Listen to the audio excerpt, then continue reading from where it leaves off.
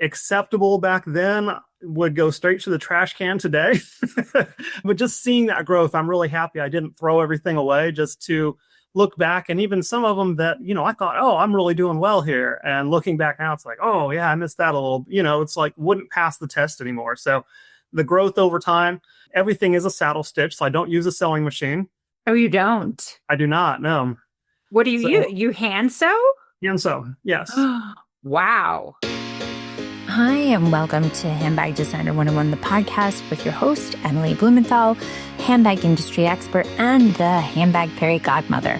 Each week, we uncover the stories behind the handbags we love, from the iconic brands and top designers to the creativity, craftsmanship, and culture that define the handbag world. Whether you're a designer, collector, or simply passionate about handbags, this is your front row seat to it all.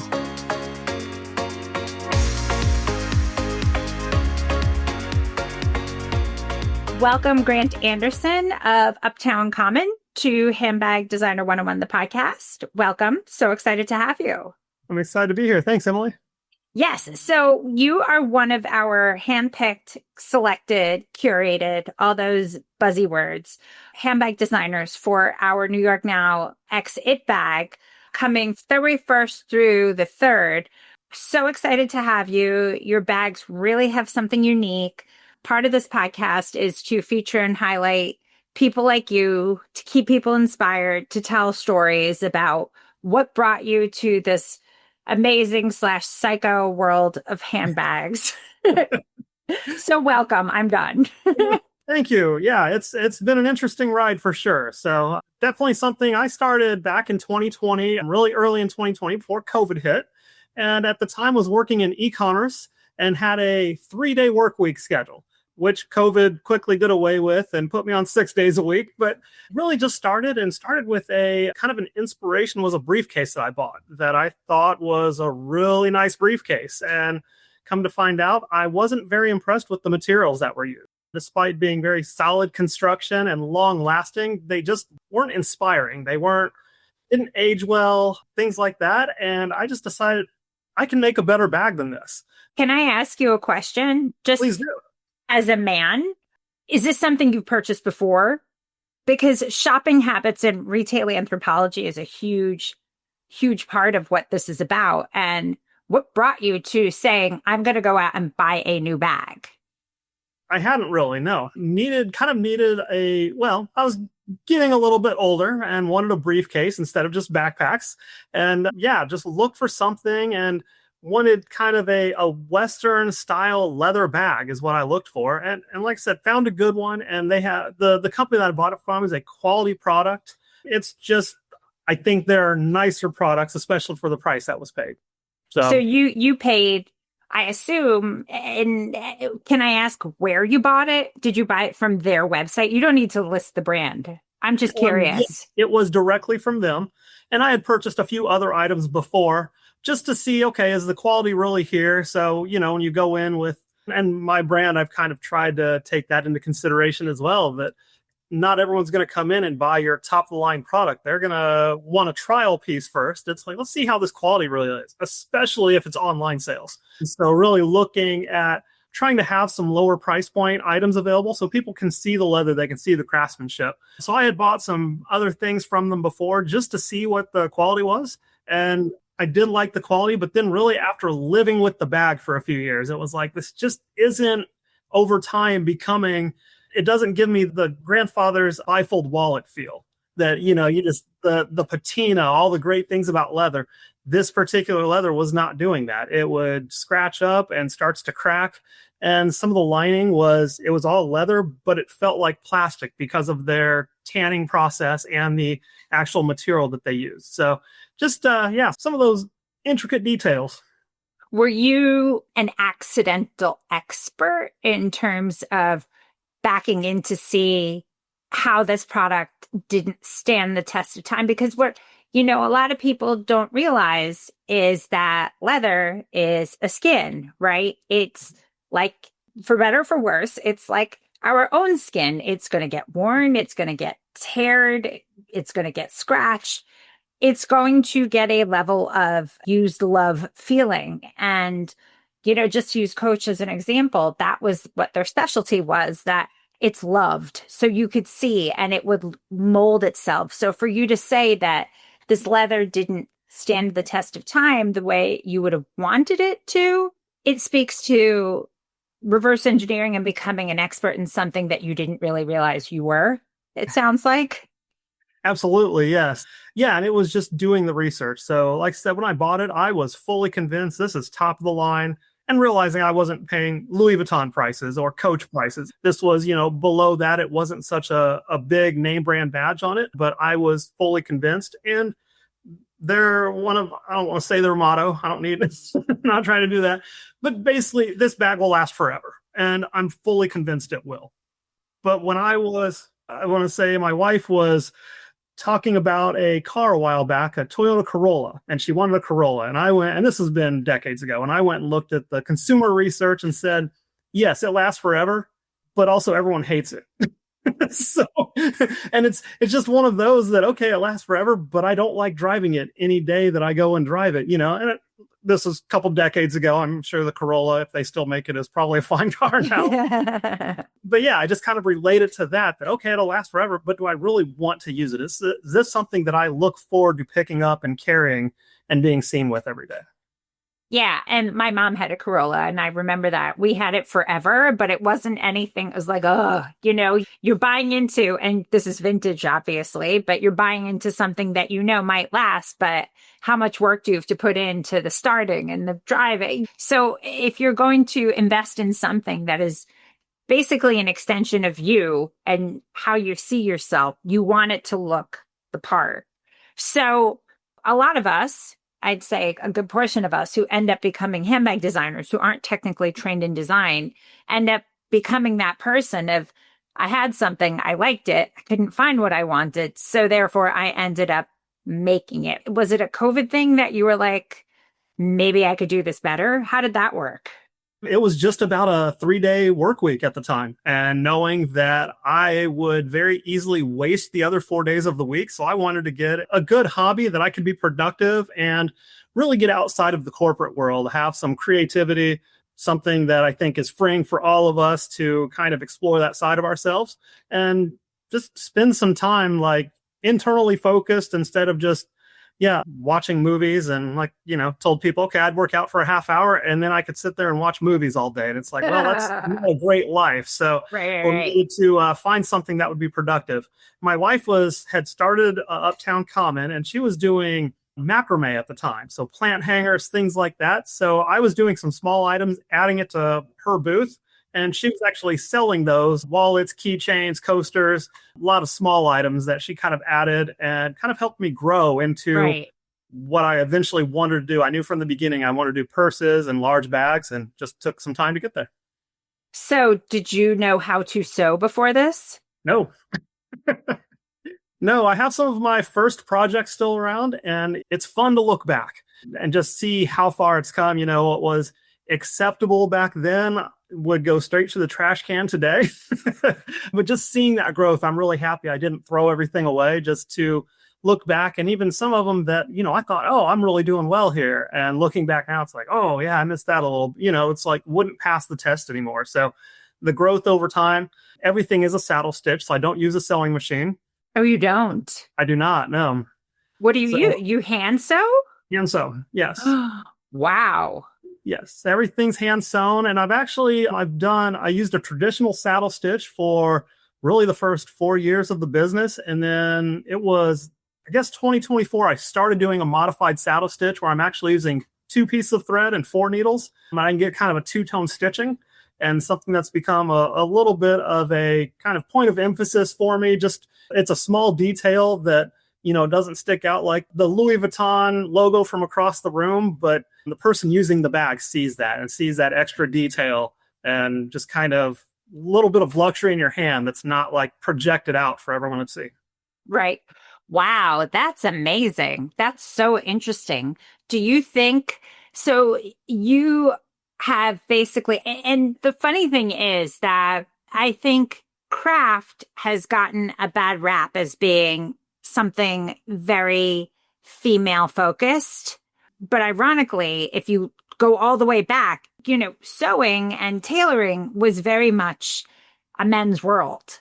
In fact, the first handbag designer that was a female was like a radical, like, oh my God, I can't believe someone is doing that. When, in the peak of Louis Vuitton and everything, like the trunks that came out, those were made by hand and they were all made by men. So it is very much it's very much vocational in a way. When you find yourself doing and making, you're using your hands. So it's not unnatural, I think, for a man to be doing this. And I know some people might think that's weird to say, but it needs to be debunked, because I think people just assume if anything's done by hand, it's done by women. And I bet there's like something to say that you have to actually prove that to people actually saying, I'm the one who's making them.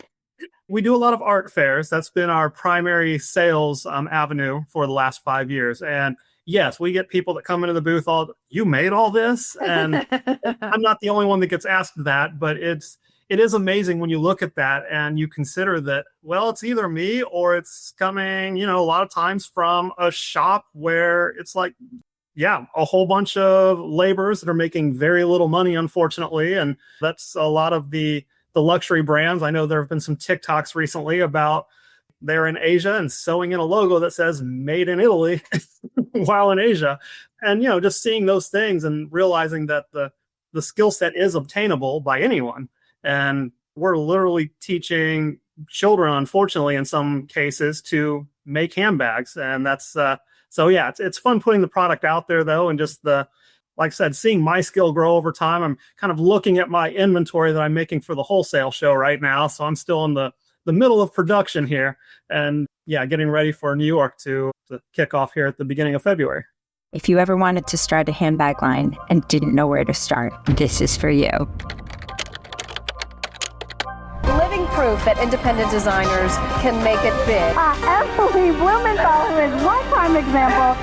If you had dreams of becoming a handbag designer and didn't know where to start, this is for you. If you have a handbag brand and are in need of strategy and direction, this is for you. I'm Emily Blumenthal, handbag fairy godmother and handbag designer expert, and this is Handbag Designer 101, the masterclass. Over the next 10 classes, I will break down everything you need to know how to make, market, and manufacture a handbag.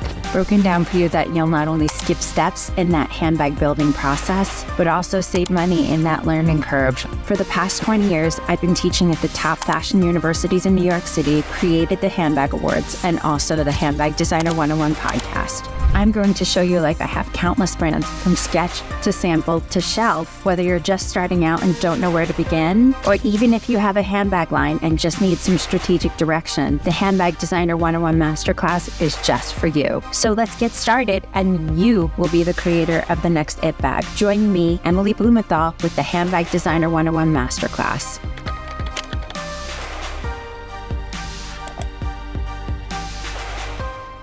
Do you think as you grow, do you see yourself possibly getting other people to sew for you? It's very hard to scale, right? If you're still the one, time value of money. And I think that's a challenge for a lot of independent designers. Again, if anybody who's listened to this, I have a huge aversion to the word emerging. I hate that word. I hate it because after doing something for 5 years, the gestational period of that is you've emerged, like you're out of the hole. Like you've been running around, like if animals have come, they've already left their parents by then. So as an independent designer, if you want to grow and scale, it's very hard to say, I'm going to be captain of this, because with the designers with whom I've consulted and a lot of the work I've done is to try and educate designers, because you have to relinquish some control if you want to grow. Now, it doesn't mean you need to if you don't want to. Like no one's putting a gun to your head saying you must do this. But the time value of money to grow a brand, it potentially means at some point you may have to relinquish control. What are your thoughts on that? My thoughts on that are more around the idea of bringing someone in and having an apprenticeship. And really, and teaching someone the craft from the ground up, really looking more towards, I guess, more like the guitar world, where some of the high-end Martins, things like that. It's a luthier that takes it from selecting the wood all the way through the finish. And I think that is more where our brand is aligning. We've looked at some outsourcing before. It did not go well. I should have checked the Better Business Bureau before working with a particular company. Listen, I think what you just said is an unfortunate but honest and realistic learning curve effect. And, I tell every handbag designer, have at least $5,000 earmarked for loss. And that is like trying something out that went royally, horribly wrong. You just got to expect. And when it happens, you beat yourself up so badly, like, why didn't I do this? And I should have done that. But it's like, it's life, it's like dating someone and then realizing, so they are psycho. I guess what everybody was saying was true. Do you know what I mean? But like, no, they're not psycho with me. So I think, and good on you. Had you not done that, you wouldn't have known, like, okay, well, next time we'll handle this differently. Next time I'll need to talk to Nicole Levy. And yes, she seems, I listened to her episode a little while back, and yeah, definitely knows her stuff. But yeah, just really after that experience decided this may not be the direction for our brand anyway. And so really kind of exploring that and saying, what do we really want to be? We're very much, as my wife and I, very much against the fast fashion world. We want things that stick around, are going to be interesting, but not shocking. So, walking through Saks a while back and saw a bag by a major designer that was bright orange plastic with spikes sticking off of it.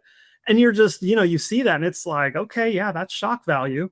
But shock value only lasts for so long. Once your friends have all seen it, then it ends up in the closet and your, $3,000 purse, like you're selling for whatever you can get for it, $600. And so those are some of the things. Want to really get the classic design, really good material, workmanship. So this is a bag that lasts for decades for you and is always interesting, but never shocking.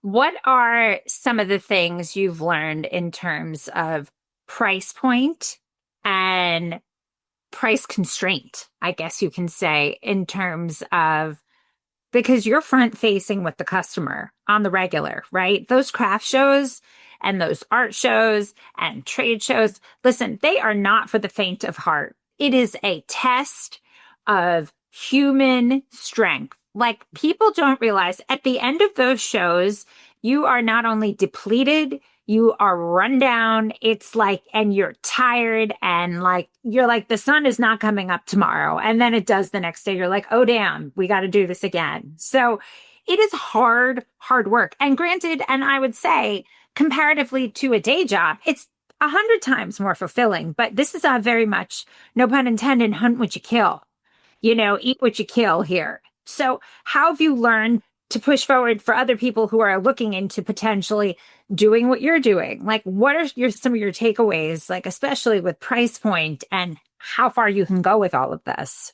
I mean, price point, I'm like a lot of makers really struggle with price point. So when I bring leather in and I cut it, I make a bag and I'm putting it out in front of you. And my lowest price point on a bag right now is $800. A couple of years ago, it was $400. And even then there was pushback on the price. I sell just as many now at the higher price. And it's, at one level, people perceive that there's more quality with the higher price. Then on the other, going to New York now and trying to do wholesale, I cannot sustain it at a $400 retail price. That would be impossible. I would have half of my cost would be material, and then I would be working an entire day on these things for about $100. And that's just not sustainable. So yeah, price is, my wife probably says we're still underpriced, and she could convince me that someone else is underpriced at my same price point. I would have a tough time seeing that, but yeah, just it is difficult having something made 100% in the United States, vegetable tan leather, mostly sourced from Italy. And so I do get the highest quality material I can, solid brass hardware. So, all these things just add up, add cost.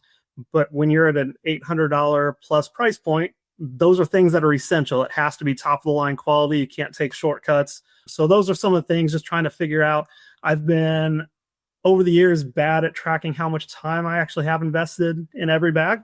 So, it's just one of those. I start going and I still have a day job, so I'll get distracted, go do that and come back to it. And it's just kind of like, how much time if I really sat down on a Saturday, what could I complete from start to finish? Can I tell you, for people like you, for the designers like that I've dealt with on this level, is that I've told them to actually get a stopwatch, not your phone. No, I'm not even kidding. Like, put a stopwatch and put it in front of you so you can see start, stop, so you can actually track the time value of money that you're putting into it, because it's a good reality check in terms of, okay, if this one bag took me 8 hours to do, and then I take into account my COGS, my cost of goods sold. So that obviously at this point doesn't even include overhead. This is leathers, it's hardware, it's materials, it's lining, it's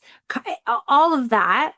The bag technically you should be charging like $5,000, like, when all's said and done for what you put into it. So I encourage designers to, while maintaining, especially for growth, especially if you have something that people really like, you key into something emotional, because that's hard. You can't sell that. That is something you're able to get or you cannot get. And if you have that special opportunity to actually connect with your customers, we say 80% of your business is controlled by 20% of your customers. If you have that 20%, it's not bad to then evaluate finding someone who can help you in terms of production, just so you can, like Rebecca Minkoff, when she started 100 years ago, was working with one particular factory in New York. And then when she grew, moved to Asia, but she was still actually using that New York factory to help fulfill when she needed new orders. So she was able to kind of do both. And then for sampling, and it's like, it's okay to hedge because you also need a quality of life. Yes. And you can't die for your work. And then you're like, God, my whole Saturday is spent sewing one goddamn bag. I'm killing myself. And while I love it, I don't want to hate you. I don't want to looking at the bag being like, I hate you right now. Like, I'm tired, my fingers, the whole thing. Like, I've watched 4 movies. Well, you know what I'm saying? Yes, I know exactly what you're saying. I see you, Grant. I see you. I've had a lot of people ask me in the past, as a leather worker, do you do holsters? And my response has always been, no, that would become a job to me really quickly. And then it's production. Holsters? Holsters, yeah, for weapons. Oh, okay. I thought so. I'm like, those things just kind of go over my head. So I'm like, I'm from the Midwest, so yeah, that's a... There you go. Yeah, a lot of questions about that, but I just know that I would immediately, and you'd get a backlog quickly on it if you make a quality holster, but then it's just production mode. And it's like, all right, well, I have these 12 that are in various stages of completion, and I just have to move all of them 2 stages every day and start 2 new ones. And it's, right. That would just not be fun for me. Right. Would become a drag. Right. So what's next for you? What do you like in a perfect world? What would you want for Uptown Common moving forward? I believe, and I'm working on, obviously the wholesale side. So I'm looking at getting I have a 5th design in process, and I've made a couple prototypes, but it's always looking for that new fresh design. So looking at that, but then really looking at wholesale on my 4 kind of main bags right now, and looking at doing that, building a foundation with that. But on top of that foundation, I really want to do one-offs. So I've made some... oh, no, not the one-offs. Oh, no, not that. I've made some kintsugi bags. Are you familiar with kintsugi? It's the Japanese art where they repair porcelain. Oh, yes, with the painted. Yes, I'm like, yes. Yeah. Okay, so yeah. Kind of took that as an inspiration, and I've made a Classica. Well, I started with a Trapezio. It was my first one, and you can kind of expect it didn't go well. So I took some lessons from it, though, and I have since made a Classica and a Cresta with this type of idea where I actually have 2 layers of leather. So the bottom layer is a foil, a metallic leather. And wow. then I have another leather on top of it where I cut. So the The Classica that I have very much was designed to look like cracks in the leather. So it's black, has the gold underneath, and really came out, really looks nice. I really like that one. The Cresta ended up looking kind of like branches and that's kind of cool though. Laid out. And it's like, but I think it works. And someone who's helped us with advertising said that she really likes how that one turned out. That one has silver underneath and then wow. As well, really turned out great. So I would like to kind of continue down that path of doing some one-off bags. And they're a whole bunch more work. Again, being hand sewn, if I'm doing any kind of designs, I have to sew all the way 360 degrees around that design. So that's part of the challenge with it. But it is very fulfilling when you finish something like that and just knowing that this is the one that's ever going to exist.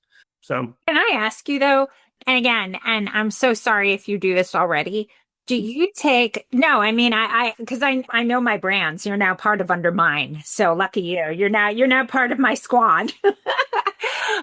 With the leftovers, the scraps, do you turn them into small leather good items? Because I think, my opinion, the one-offs are best done for scraps, turning them into small things and then selling them that way. Saying, and this way you've got a healthier margin on extra pieces, like, small, they call them slugs, small leather goods, which when I worked in that, I was like slugs and they're like small leather goods. I'm like, oh, duh, of course I knew that. SLGs, that's what they say. But to take whatever scraps you have and turn them into something that you can then sell. So this way, it really helps with the narrative of sustainability, which people like you, that's your bread and butter. Just if you do that already, I apologize. But I always tell people, like, if you got scraps, turn them into something and people will appreciate it. I give a lot of leather away. You do? Yes. So I basically, smallest piece of leather that I can use is 3 inches by 4 inches. And that's I make one kind of standard wallet, our money clip wallet. And that's kind of I've been making that for almost from the beginning. Right. But yeah, other than that, I mean, if it's smaller than that, I give it away. And I've given away a lot of leather to a lot of people while making bags and being hand sewn. I used to try to use some scraps at first when I really first started and found that I spent so much time trying to use scrap. Yes. And it's just, there was zero margin on it for me. Yeah. Yeah. So, I was making bracelets from like belt cutoffs and making, the impossible braid, they call it, and doing things like that. But yeah, I would spend so much time on that and it just wouldn't work out. Right. Yeah, it's one of those things that the flip side of that people don't realize that when something is so small, the labor is that much higher. Yes. And people say, oh, it's so little, but it's like, yes, but I had to turn corners and that took me 3 hours to do a corner edge. Uh-huh. Oh my goodness. Well, Grant, I want to thank you. How can we find you, follow you, other than when this airs, if people haven't been or are going to New York now to check out Grant Anderson at Uptown Common? I strongly recommend. What's your story? How can we get more? You can see we have a website, uptowncommonhandmade.com.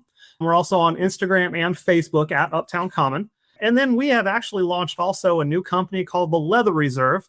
I will be importing Italian leather, some great material that a previous supplier was unable to continue ordering. So for any purse makers that are listening in, if you're looking for some cool materials, please check out theleatherreserve.com. Can also be found on Instagram at The Leather Reserve. So products coming from MPG Industria in Italy. So really excited love that. That's amazing. That's really, really cool. Oh my gosh. Yeah. Looking forward to that. Yes. Well, we will help you amplify that because that's super cool. I know Awesome. A lot of people will appreciate that. Thank you, Grant, for joining us. Emily, thank you very much. Thanks for listening. Don't forget to rate and review and follow us on every single platform at Handbag Designer. Thanks so much. See you next time.